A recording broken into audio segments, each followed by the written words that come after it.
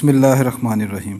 अस्सलाम वालेकुम dear students, मैं हूं प्रोफेसर अज़मत अली और आप देख रहे हैं मेरा चैनल मैथ्स फॉर यू। आपको कैलकुलस की क्लास में वेलकम।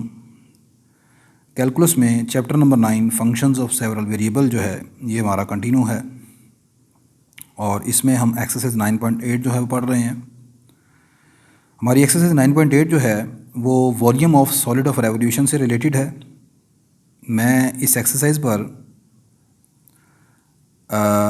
दो लेक्चर पहले डिस्कस कर चुका हूँ, जिसमें मैंने volume of solid of revolution जो है बाय यूजिंग डिस्क मेथड किस तरह कैलकुलेट करते हैं वो मैं बता चुका हूँ। आज के लेक्चर में हम सीखेंगे वॉशर मेथड को और उससे चंद एक रिलेटेड प्रॉब्लम्स। तो स्टार्ट करते हैं जी। वॉशर मेथड क्या है, ये कब इस्तेमाल होगा? पूरे लेक्चर को मैं सबसे पहले छोटी सी बात में आपको बयान कर देता हूँ कि वॉशर मेथड किस मकसद के लिए इस्तेमाल किया जा रहा है। Washer method is used to find the volume of solid of revolution. This method will be used whenever you have given two curves. जब आपके पास दो कर्व होंगी then you will use washer method. ठीक है। Second, these two curves whenever we जब आप इन दो कर्व के दरमियान जो एरिया है उसको आप किसी एक्सिस के अबाउट रिवॉल्व करेंगे तो वो जो एरिया है वो वॉशर जनरेट करेगा। वॉशर समझते हैं ना आप? वॉशर मीन के आपके पास इस तरह की फिगर होगी, ये फिगर आपके पास होगी, यानी कि ये एक सर्कल है, एक आउटर सर्कल है, एक आपके पास इनर सर्कल है। तो this figure is a washer. ठीक है। तो अब जनाब इसको हम थोड़ा सा पढ़ते हैं।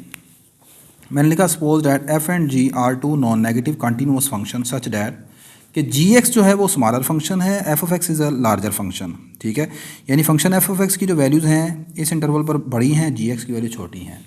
And let R be the region enclosed between the graph of this function and the lines x is equal to a and x is equal to b as shown in figure 1a। ये आपके पास जो curve आपको नज़र आ रही है, इन curve को देखें। आपके पास आउटर कर्व जो है y equal to f of x, ऊपर वाली कर्व है, and the inner curve is y equal to g x. Area between the two curve is represented by small r। ठीक है। ये जो एरिया है आपके पास इसके दरमियान वो स्मॉल r है और उसको मैं यहाँ पर शेड कर देता हूँ। This is your area between the two curve y equal to f of x and g of x. अच्छा जी, अब इसी को जब आप रोटेट करेंगे, when we rotate this area about x axis, तो आपके पास ये फिगर बनती नज़र आएगी आपको। देखें, ये आपके पास है, this is your outer curve जो यहाँ पर ये नज़र आ रही है आपको। ठीक है। और यही चीज़ जब इसको आप रोटेट करेंगे तो after rotation this will be here, ये होगी। ठीक है। अब इसका जो ऊपर वाला हिस्सा है, ठीक है, वो आपको ऊपर नज़र आएगा यहाँ पर, सही है। और नीचे वाला वो ये दो है ना, एक y equal to f of x है, दूसरी y equal to g of x है, सही है। तो ऊपर वाला पोर्शन ये आ जाएगा, ये लैंप शेप टाइप बन जाएगी आपके पास। ठीक है, आफ्टर रोटेशन। अब आपने ये जो सॉलिड बना है इस सॉलिड का एरिया मालूम करना है और this figure form here washer. अब आप यहाँ पर देखें, ये वॉशर बन रही है। This is your outer circle and this is your inner circle. Inner circle जो होगा वो आपके पास क्या है, जो अंदर वाली कर्व है उसके ज़रिए बनेगा, उसको जब आप जनरेट करेंगे। और आउटर सर्कल आपके पास सारी सी बात है, जो बड़ी कर्व है वो है। अब आपने इन दोनों के दरमियान जो एरिया बनता हुआ नज़र आ रहा है वो क्या होगा, दो area between washer is this. ये आपके पास इन दोनों के दरमियान बिटवीन एरिया है। अब how can we find the area of this washer? फ़र्ज़ कर लेंगे आपके पास the radius of outer circle is capital R और इनर सर्कल का जो एरिया रेडियस है वो स्मॉल आर है। तो जो बड़ा वाला सर्कल है उसका एरिया बनेगा पाई आर स्क्वेयर और दिस इज़ A1। और जो इनर सर्कल है उसका एरिया जो बनेगा वो आएगा पाई स्मॉल आर स्क्वेयर।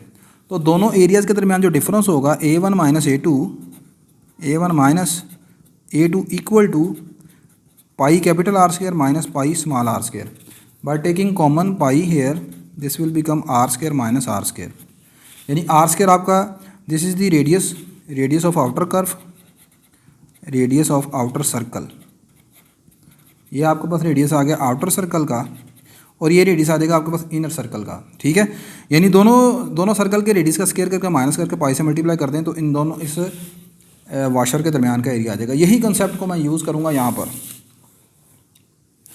नहीं जी, when the region is revolve about x axis it generate a solid having annular और वॉशर, या उसे वॉशर को आप एनुलर भी बोलते हैं, shaped cross section as shown in figure 1b, जो मैंने ऊपर आपको दिखा दी है।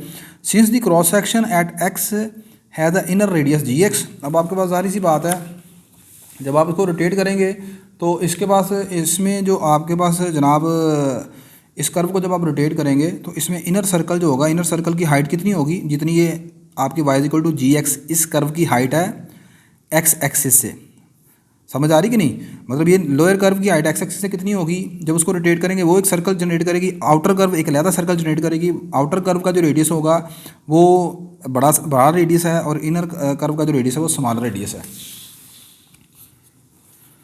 तो फाइनल आपके पास फार्मूला अभी जो मैंने जैसे आपको वॉशर के केस में बताया कि क्या बन जाएगा, area A is equal to pi time inner curve square minus pi time f of x यानी कि आउटर कर्व का square minus pi time inner curve का square.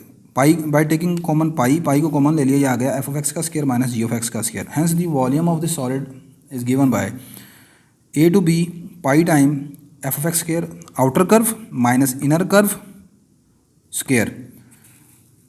This gives the volume of solid when we revolve the curve about x axis. Similarly figure 2 में जब आप revolve करेंगे about y axis तो y axis में सिर्फ ये फ़र्क पड़ जाएगा कि यहाँ पर डिफरेंशियल डी वाई आ जाएगा, फंक्शन आपका वाई की शक्ल में चल जाएगा, ठीक है। जो बड़ी कर्व है वो पहले आ जाएगी उसका स्क्वायर, और लोअर कर्व का जो स्क्वायर है वो बाद में आ जाएगा, ठीक है। और उस सूरत में जो आपकी फ़िगर बनेगी वो फिगर ये है, ठीक है जी, ये बनती है। अब इससे रिलेटेड पहले आपकी बुक की जो कुछ एग्जांपल हैं वो देखते हैं, उसके बाद जो फिर आपकी बुक के जो क्वेश्चंस होंगे वो इंशाल्लाह करेंगे हम। Example 31, the area bounded by the curve x square equal to y minus 4 and 3y minus x minus 3 equal to 0, x is equal to 0, x is equal to 2 is revolve about x axis, find the volume of the resulting solid of revolution. सबसे पहले आपको इसका area graph बनाना आना चाहिए। X square equal to y minus 4, ये आपका पास parabola है। जब आप यहाँ पर x को 0 पुट कर देंगे y 4 आ जाएगा, इसका मतलब आपका पैराबोला यहाँ से शुरू होगा। When x is 0 y is 4, यानी कि ये आपका इसका आ जाएगा जी y इंटरसेप्ट, ठीक है। और दूसरा ये कि यहाँ पर ये x के ऊपर स्क्वायर है तो ये y एक्सिस के अबाउट सिमेट्री होगा, यानी कि जितना y के इधर होगा उतना ही y, यानी ये पैराबोला आपका this parabola is look like as this parabola, ये y equal to x square, ये जो पैराबोला होता है ये y equal to x square होता है, लेकिन इसमें एक्स स्क्वायर प्लस 4 है तो 4 यूनिट ऊपर बनेगा, सही है। दूसरा ये कि यहाँ पर ये आपने x इक्वल टू 0 और x इक्वल टू 2 के दरमियान बनाना है, तो x इक्वल टू 2 का मतलब होता है ये ओरिजिन और x इक्वल टू 2 यहाँ पर है ये, इसलिए मैंने पैराबोला को इधर नहीं बनाया। अगली चीज़ ये 3y minus x minus 3 equal to 0, इसका ग्राफ कैसे बनेगा, ये आप लीनियर प्रोग्रामिंग में आपको याद होगा, बड़े अच्छे तरीके से आप बनाते रहे हैं, आसान है। जब आप यहाँ पर x को 0 पुट करोगे y कितना निकलाएगा 1, x 0 y 1 यानी ये वाला पॉइंट स्टार्टिंग पॉइंट है x 0 y 1, और व्हेन y यहाँ पर 0 पुट करोगे तो x कितना निकलाएगा, x आपके पास आ जाएगा जी x is equal to when y is equal to 0 x is equal to minus 3, x is equal to y 0, this will become x is equal to minus 3। अब x इक्वल टू माइनस 3 इस line को आप लंबा कर लें, यहाँ पर आगे x एक्सिस को माइनस 3 पर कट कर लेगी, लेकिन उधर सेकंड क्वाड्रेंट में जाने की जरूरत नहीं है, यानी ये आपके पास सारा ग्राफ बनता है इस लाइन का, ठीक है। अब इन दोनों के दरमियान और दूसरा x इक्वल टू 2 वाली लाइन ये है, तो ये जो डिब्बी बनती है आपके पास है ये आपका रिक्वायर्ड एरिया है, ठीक है। अच्छा, अब अगली बात, इसको जब आपने रिवॉल्व करना है, रिवॉल्व करेंगे तो ये जिस तरह मैंने पीछे आपको बना कर दिखाया है बिल्कुल ये वही एनुलर वहाँ पर वाशर की तरह बनेगी, ये नहीं ये फिगर आपके पास बन जाएगी यहाँ पर ऐसे भी, यहाँ फिर वाशर बनेगी। अच्छा, प्रॉब्लम ये है कि आप कहेंगे जी इतनी स्ट्रगल इतनी टेंशन तो हमसे नहीं ली जाती, ये कैसे ग्राफ बनाना है, ये चीज़ें तो मुश्किल हैं। तो मैंने जैसे आपको बताया कि आपके पास जब यहाँ पर 2 कर्व हों, ठीक है, तो फिर मैक्सिमम चांस यही होते हैं कि आप यहाँ पर वाशर मेथड से एरिया मालूम कर सकते हैं, सही है, वॉल्यूम मालूम कर सकते हैं। when we revolve the shaded area about x-axis it produce washer as shown in figure 2. Here outer circle is produced by the curve y is equal to x square plus 4, यानी ये outer circle इससे बनेगा, जो बड़ी curve ये ऊपर है आपकी, whose radius is given by, इसका रेडियस जो होगा वो क्या होगा, y is equal to f of x से निकलेगा. And inner circle is produced by the line, और इनर सर्कल इस आपके पास जो नीचे वाली लाइन है उससे बनेगा. ठीक है. Whose radius is given by y equal to g x over 3+1. ठीक है.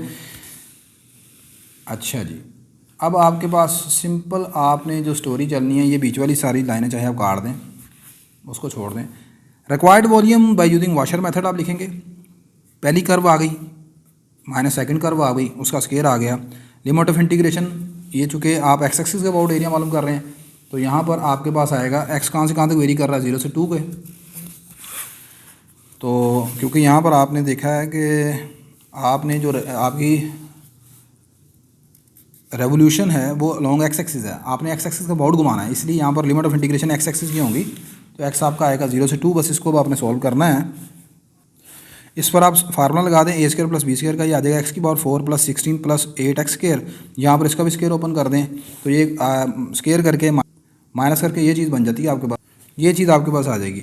अब यहाँ पर जो एक जैसी टर्म है उनको इकट्ठा कर लें, और तो ये आपके पास जनाब इकट्ठा क्या करना है, बस इसमें मैंने इंटीग्रेशन अप्लाई कर दिया. एक्स की पावर 4 की इंटीग्रेशन हो गई एक्स की पावर 5/5, यहाँ पर आ गया 8x³ ओवर 3, और ये जनाब आपके पास आ जाएगा, सॉरी यहाँ पर ये वाली टर्म की मैंने इंटीग्रेशन की है, एक्स स्क्वायर की इंटीग्रेशन हो गई x³ ओवर 3. ठीक है. और नीचे आ गया 27, और इसकी भी इंटीग्रेशन करके साथ ही दोनों को मैंने एलसीएम ले लिया इकट्ठा करके. ठीक है. तो ये टर्म फाइनल आपके पास आ जाएगी. इसकी इंटीग्रेशन हो जाएगी x²/2, वो 2 इस 2 से कैंसिल हो जाएगा, x²/2 आ जाएगा 2/3 इंटू x²/2, 2 से कैंसिल हो जाएगा, x² आ गया. 16 - 1 15 रह गया, 15 की इंटीग्रेशन x आ गई, 15x हो गई. अपर लिमिट अप्लाई की, लोअर लिमिट अप्लाई की, फाइनल आंसर आपके पास ये आ गया. ठीक है. तो ये आपके पास वॉशर मेथड से वॉल्यूम ऑफ सॉलिड मालूम करने का फार्मूला है. इसमें सिर्फ आपने करना ये है कि आपको आउटर कर्व की पहचान होनी चाहिए और इनर कर्व कौन सी है, इन दोनों का स्केयर करके उनको माइनस कर दें. नहीं पता चलता, आपको ग्राफ नहीं बनाने आ रहा, आप सिर्फ ये देखें आपकी outer curve F of x है वो हमारे पास थी, ये हमारे पास दोनों कर्व हैं. अब आपने देखना है बड़ी कर्व कौन सी है, तो बस आप एक्स की वैल्यूज़ पुट करें. एक्स की वैल्यूज़ आपके पास हैं 0 से 2 के दरमियान. ठीक है. आप जब इसमें 0 पुट करोगे ऊपर वाले आंसर आएगा 4, जब यहाँ पर 0 पुट करोगे आंसर आएगा 1, तो पता चल गया वो बड़ी कर्व है, ये छोटी है. फिर आप मैक्सिमम आंसर 2 को पुट करें, इधर 2 को पुट करते हैं आंसर आएगा 2 का स्क्वायर 4 + 4 8, और यहाँ पर 2 को पुट करते हैं, ये बनेगा 2/3 + 1 डैट इज इक्वल टू 5/3. तो हर सूरत में ऊपर वाली कर्व का आंसर ज़्यादा बड़ा लिहाजा वो आपकी आउटर कर्व है, उसको पहले लिखना है, इसको बाद में आपने लिखना है. ठीक होगी बात ये. और इन केस फ़र्ज़ करें कि आपको कभी ये नहीं पता चलता कि यार किस कर्व को ऊपर लिखना है किसको बाद में लिखना है, या ग्राफ आपको नहीं बनाना है, तो फिर इसका सिंपल आसान तरीकाकार ये है कि आप यहाँ पर लगाएं एब्सोल्यूट लगाएं, यानी कि ये आ गया स्क्वायर, इधर आ गया एब्सोल्यूट, माइनस, मैं इधर साफ़ करके लिखता हूँ ज़रा, this will become integration a to b absolute f of x का square minus g of x का स्क्वायर एब्सोल्यूट dx. अगर आपको f और g का नहीं पता चल रहा कौन सी बड़ी कर्व है, अब जौन सी भी कर्व छोटी या बड़ी होगी जो आंसर आएगा उसका एब्सोल्यूट होने की वजह से पॉजिटिव हो जाएगा. सिंपल सी बात है. ठीक है. चलें नहीं जी, अगर वीडियो अच्छी लगी तो लाजमी से लाइक कर दीजिएगा, शेयर कर लीजिएगा. इंशाल्लाह नेक्स्ट लेक्चर में हम इससे रिलेटेड जो आपकी एक्सरसाइज में क्वेश्चन है उनके ऊपर डिस्कशन करेंगे. तब तक के लिए इजाज़त दीजिए. अल्लाह हाफिज़.